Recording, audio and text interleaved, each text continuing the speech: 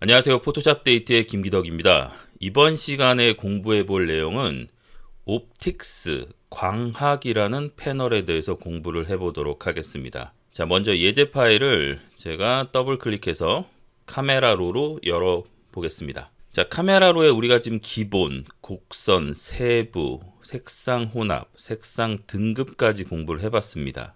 그리고 이제 광학이라는 거에 대해서 공부를 해볼 건데, 이 영문판에는 옵틱스라고 되어 있습니다. 그리고 이전 버전에는 렌즈 보정, 렌즈 교정 뭐 이런 거였어요.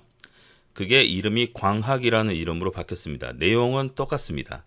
들어가 보시면 프로필하고 수동이 있는데요. 이렇게 두 가지가 있고, 그리고 여기 제일 첫 번째로 나와 있는 게 색수차 제거라고 되어 있어요. 색수차 제거. 자, 색수차 제거 이거 누르면 그냥 바로 해결이 되는데요.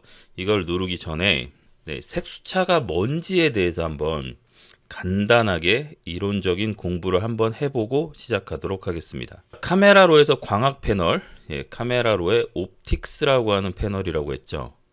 그리고 이 기능에서 가장 대표적인 게 색수차 제거라는 걸 할 수가 있습니다.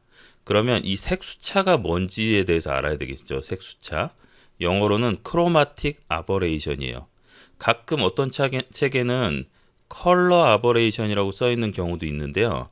정확한 용어는 크로마틱 아버레이션이 맞습니다. 뭐 이렇게 컬러 아버레이션이라고도 쓰더라고요, 요즘에. 자, 그리고 이 색수차를 공부하기 전에 수차가 뭔지에 대해서 먼저 공부를 해봐야 되겠죠. 수차는 그냥 아버레이션이에요. 자, 이건 뭐냐면 렌즈의 구조적 또는 재료적 문제로 인해 초점이 흐려지거나 화상이 일그러지거나 색이 번지거나 이런 현상을 수차라고 합니다. 수차가 발생하는 이유는 렌즈가 구면, 보통 우리가 구면이라고 하죠. 여기서 얘기한 구면은 이렇게 동그랗게 생긴 게 아니라 보통 볼록 렌즈 같은 경우 이런 식으로 이렇게 옆에서 봤을 때 이렇게 생겼죠. 거기서 발생하는 자이들의 오수차, 그리고 그 다음에 색의 분산 현상 때문에 생기는 게 색수차예요.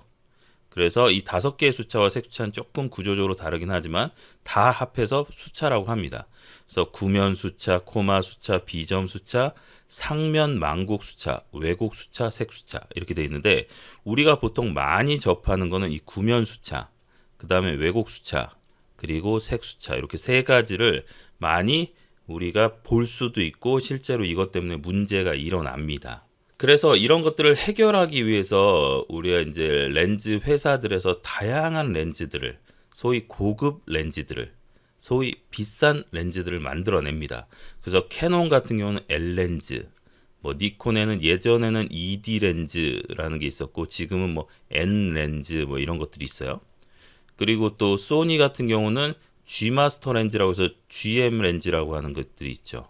이런 게 있고, 그리고 또 뭐 다른 예전부터 나오는 회사들, 아포라고 하는 걸 붙여놓은 이런 이름의 렌즈들도 있어요. 하여튼 이런 렌즈들 다 뭐 때문에 만들어졌느냐, 이런 다양한 수차들을 좀 없애려고 만들었다고 생각하시면 됩니다. 그래서 비싸요.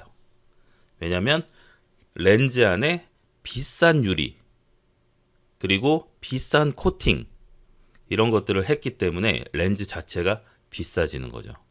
그래서 그런 비싼 코팅, 비싼 유리를 사용해서 다양한 수차들을 해결할 수가 있습니다. 근데 디지털에서는 좀 저가의 렌즈라도 프로그램적으로, 쉽게 해서 카메라 로에서 수차들을 좀 해결할 수 있어요. 그 중에서 이제 포토샵에서 해결할 수 있는 수차가 요 색수차와 왜곡 수차, 요 두 가지를 해결할 수 있습니다. 그래서 오늘 우리가 공부해 볼 이 광학 패널, 이 광학 패널에서 공부해 볼 내용이 이런 내용들인 거죠. 자, 그러면 다시 패널로 돌아가 보겠습니다. 자, 다시 카메라 로로 왔는데요. 이 카메라 로에서 광학이라고 하는 패널을 열어보시면 일단 프로필이라고 되어 있습니다. 색수차 제거라는 항목이 있어요. 일단 확대를 좀 해볼게요. 이 이미지를 확대를 조금 더 확대해 보겠습니다. 컨트롤 플러스에서 확대를 해보면 보통 색수차가 발생하면 모든 부분에 다 발생하지만 확인하기 쉬운 부분이 하얀색 바탕에 까만색 글씨, 이런 것들이 확인하기 쉽습니다. 보시면 지금 하얀색 바탕에 까만 글씨인데 여기 밑으로는 약간 사이안, 위로는 레드의 색이 번져 있는 걸 볼 수가 있어요. 자, 이게 이제 색수차가 발생한 겁니다. 그리고 실제로는 여기서만 발생하는 게 아니라 여기서 잘 보이는 거고, 이렇게 올려보시면 자, 이 밑에도 지금 보이시네요. 나뭇잎 밑에, 나뭇잎 위쪽에. 그러니까 전 구간에 다 발생하는 건데 이런 데를 보면 잘 몰라요. 발생했는지 안 했는지. 근데 이런 걸 찍어 보시면 정확하게 압니다. 그래서 본인 카메라를 가지고 야외에 나가셔서 하얀색 바탕에 까만색 글씨가 있는 간판 같은 걸 좀 찍어 보시면요, 색수차가 있는지 없는지 알 수가 있어요. 그래서 한번 촬영을 해서 보시면 좋습니다. 자, 제거하는 방법은 아주 간단합니다. 광학 패널을 열고 여기 있는 색수차 제거라고 하는 항목의 앞에 체크박스를 클릭하시면 끝이에요. 다시 풀어볼까요? 다시 눌러보면 끝. 더 이상 생각할 거 없습니다. 아무 생각도 안 하셔도 돼요. 자, 그리고 그 밑에 보면 언저리 제거라고 있는데 디프린지라고 하는데 이것도 색수차. 이 이제 색수차가 발생하면 이렇게 보이는 이 띠 있죠. 그 띠가 그 프린지인데 그걸 제거하는 거예요. 근데 여기 보시면 이 프린지가 발생했을 때 언저리 샘플링이라고 되어 있는데 이걸로 그걸 찍으면 된다고 돼 있어요. 근데 막상 해보시면 잘 안 됩니다. 그리고 저는 비추합니다. 비추. 잘못 건드려가지고 엉뚱한 부분에 이상한 게 발생할 가능성이 되게 높아요. 그래서 저는 사실 언저리 제거는 사용하지 않습니다. 저는 이거 접어두고요. 그냥 여기 색수차 제거만 딱 누르시면 끝납니다. 그리고 이 색수차 제거는 이걸 잘 모르시는 분들은 이게 아무것도 아니라고 생각하지만 사진을 이렇게 작게 뽑았을 땐 괜찮아요. 안 보여요. 잘 안 보이는데 내가 이제 그 사진 작업을 하다 보니까 좀 크게 뽑을 일이 있어요. 한 뭐 1m, 1m 50 아니면 더 크게 뽑을 수도 있죠. 뭐 1m 한 50에 한 2m 뭐 이렇게 뽑을 수도 있잖아요. 그렇게 작품을 뽑으시면 이런 것들이 보입니다. 이렇게. 근데 이런 게 보였을 때 색수차가 이렇게 딱 발생돼 있으면 이제는 많은 사람들이 공부가 돼서 이런 게 발생된 사진을 보면 어떤 느낌이 드냐면 이 사람 포토샵을 잘 모르는구나. 왜 이렇게 색수차가 발생했는데 그냥 놔뒀지? 라는 생각이 들 수 있어요. 그렇기 때문에 필수적으로 꼭 제거하셔야 됩니다. 그럼 색수차가 발생했는지 안 했는지를 꼭 확인해야 되냐? 그럴 필요 없이 그냥 무조건 체크하시면 됩니다. 저는 그렇게 쓰고 있어요. 그러니까 뭐냐면 그냥 색수차 제거를 무조건 체크해 놓는 거예요. 왜? 색수차가 발생하면 없어지고 발생하지 않으면 별로 효과가 없어요. 색수차가 없는 사진에서 이걸 누른다고 해서 부작용이 있느냐? 부작용이 없다는 거죠. 그러니까 그냥 눌러두시면 됩니다. 그래서 아예 순서를 이렇게 하셔야 돼요. 처음 딱 열자마자 무조건 광학에 가서 색수차 제거 눌러놓고 그리고 기본에 와서 작업 주르륵 시작하시면 되는 거예요. 자, 그리고 제가 시즌 1에서도 이 부분을 얘기했었는데 지금 시즌 1하고 내용은 비슷하게 가고 있습니다. 순서도 비슷하게 가고 있고, 근데 시즌 1은 영문판이었고 그리고 버전이 다르죠. 그리고 영문판이고 한글판 이것도 다르고요. 그리고 새로운 기능들도 생겼고, 그래서 그쪽 영문판을 보실 분들은 그거 보셔도 되고 아니면 그냥 이걸 보시면서 2021 쓰시는 분들은 여기에서 영문판으로만 생각하시면 됩니다. 그리고 위치는 똑같으니까요. 이 광학이라고 하는 패널에서 색수차 제거는 필수다.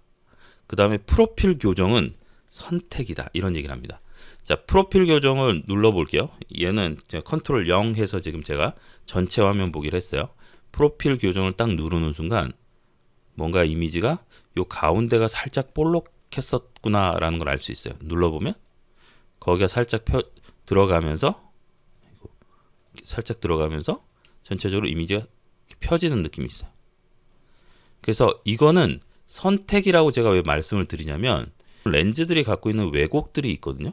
그 왜곡 자체가 이상하지 않을 수 있어요. 그리고 그 왜곡이 좋을 수도 있습니다. 내 사진에 어떤 의도적으로. 근데 나는 왜곡이 생기는 게 싫다. 그러면 이거 체크하시면 돼요. 그리고 거의 웬만한 렌즈들은 이미 다 이렇게 프로필을 만들어 놨어요. 어도비에서 전부 다 조사를 해가지고 각 메이커마다 렌즈별로 다 만들어 놨어요. 그래서 딱 누르면 알아서 인식을 해가지고 이렇게 되죠. 이거는 캐논에서 나오는 EF 28mm f1.8짜리 렌즈다. 이렇게 딱 뜨는 거죠. 그리고 나서 밑에 보시면 조금 더 수정할 수 있는 기능이 있어요. 그래서 뭐 이걸 더 이용해서 이렇게 왜곡을 더 이렇게 수정할 수 있는 방법이 있습니다. 이건 추가적인 거니까 정말 사용하실 분들 쓰시면 되고, 비네팅 부분도 이렇게 비네팅을 제거하거나 이렇게 하는 기능이 있는데 이것도 마찬가지로 추가적으로 작업을 하시면 됩니다. 자, 그래서 다시 한번 정리를 하면 색수차 제거는 무조건 해야 되는 거고, 프로필 교정 사용은 눌러보시고 느낌을 보고 난 이게 좋다, 이게 좋다, 둘 중에 하나 선택하시면 되겠습니다. 자, 그리고 그 옆에 보시면 이제 수동이라고 되어 있는 애가 있는데, 이 수동을 눌러보시면 여기에 지금 왜곡하고 비네팅이 두 개밖에 없죠. 접혀 있는 걸 풀어보시면 여기에 이렇게 비네팅과 중간점이라고 해서, 중간점이라고 하는 거는 이 영역을 얘기하는 겁니다. 그런데 여기서도 한 가지 더, 여기 있는 이 비네팅은 사실은 안 쓰시는 게 좋아요. 자, 프로필 안에 있는 비네팅도 마찬가지고 수동 안에 있는 비네팅도 마찬가지고 저는 별로 권장하지 않습니다. 이유는 왜 그러냐면, 광학을 접고 밑에 효과를 열어보시면 이 효과 패널 안에 있는 비네팅이 있거든요. 이 비네팅이 훨씬 더 좋습니다. 이거는 효과에 가서 제가 다시 한번 설명드리도록 하겠습니다. 자, 그래서 오늘 공부를 좀 정리를 해보면, 이 광학이라고 하는 패널에 있는 프로필 탭에 색수차 제거 무조건 하시면 되고요. 프로필 교정 필요하면 하시면 됩니다. 그리고 나머지 왜곡 비네팅, 그리고 수동 안에 있는 왜곡 비네팅 별로 좋지 않습니다. 안 쓰시는 게 좋다라고 저는 얘기하고 싶어요. 뭐 왜곡 같은 경우 더 왜곡을 잡기 위해서 하는 경우들도 있는데 이거 별로입니다. 아래쪽에 있는 도형과 효과 패널에서 다시 다루도록 하겠습니다. 오늘 기억하실 거는 이 색수차 제거, 이 부분만 잘 기억하시면 될 것 같습니다. 이번 주에도 일단 한 편을 또 완성을 했습니다.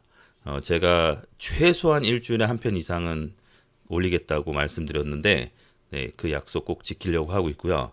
그리고 다음 주면 대부분의 학교들이 다 종강이고요. 그리고 그 다음 주에 이제 성적 내고 뭐 이런 업무들이 좀 있을 것 같고, 그리고 1월 달이 되면 이제 좀 한가해집니다. 그러면 제가 방학이 되면 보통 일주일에 한 두세 편씩 올렸었거든요. 그래서 이번 방학에 이 시즌 3, 그러니까 포토샵 한글판 시즌 3 부분을 거의 다 맞춰 보려고 합니다. 제 영상 기다리시는 분들 너무너무 감사드리고요. 제가 꾸준히 계속 올리도록 하겠습니다. 네, 그러면 다음 주에 새로운 영상으로 만나겠습니다. 지금까지 포토샵 데이트의 김기덕이었습니다.